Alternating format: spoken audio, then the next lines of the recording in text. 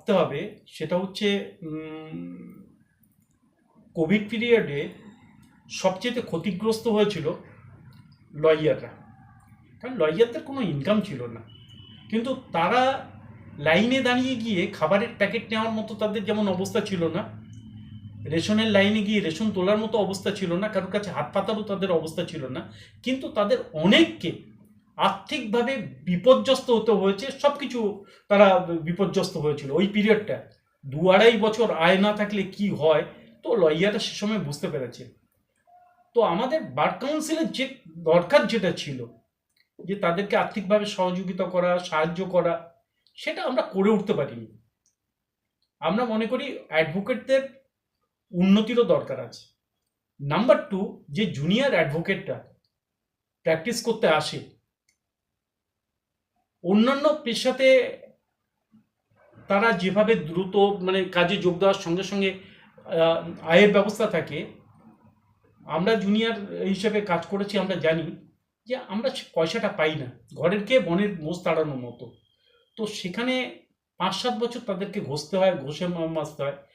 এই অ্যাডভোকেটদের কথা ভাবার দরকার আছে যে এরা কিভাবে একটা ইনকাম গ্যারান্টি পায়।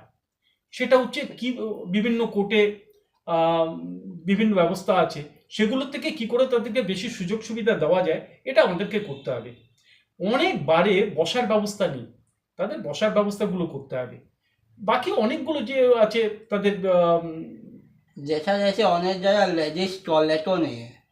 লেডিস টয়লেট শুধু আমি বললাম কি, বললো বসার ব্যবস্থা নেই, লেডিস টয়লেট নেই, অনেক কিছু নেই। মানে বারগুলো যেগুলো দেখা গেল হট্টগোলের মেলা, সেগুলোতে গাদাগাদি হয়ে ভিড় আছে, অনেক কিছু অসুবিধা আছে।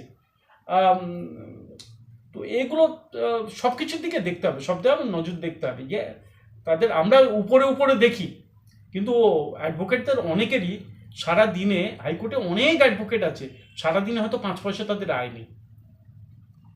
তো এটা শুধু হাইকোর্ট কেন, লোয়ার কোর্টে আরও খারাপ অবস্থা আছে। প্র্যাকটিসে অনেক ভালো লোক আসার পরেও ছেড়ে দেয়, কারণ তারা চাকরিতে চলে যায়। চাকরিতে যাবে না যেমন না, চাকরিতে যাবে, কিন্তু তারা লিগ্যাল প্র্যাকটিসে যায় না, লিগ্যাল পোস্টে যায় না, তারা পেটি ক্লার্কের কাজ করতে যায়। তো এটা তো বন্ধ করতে হবে, আমাদের তো দেখতে হবে তাদের পেশার সঙ্গে উপযুক্ত তারা যাতে মর্যাদা পায়, সেটা তো আমাদের বার কাউন্সিলের মেম্বারদেরই দেখার দরকার।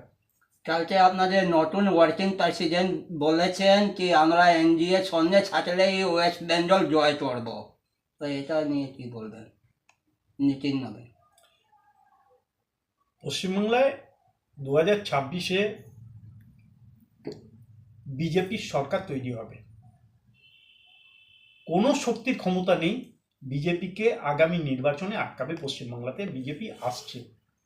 আমাদের কার্যকরী ওয়ার্কিং প্রেসিডেন্ট ওই বার্তাটা সবার কাছে দিয়েছেন, আর সেটাই হচ্ছে একজন কর্মী হিসেবে আমাদের সফল করার দায়িত্ব আমাদের উপর পড়ে।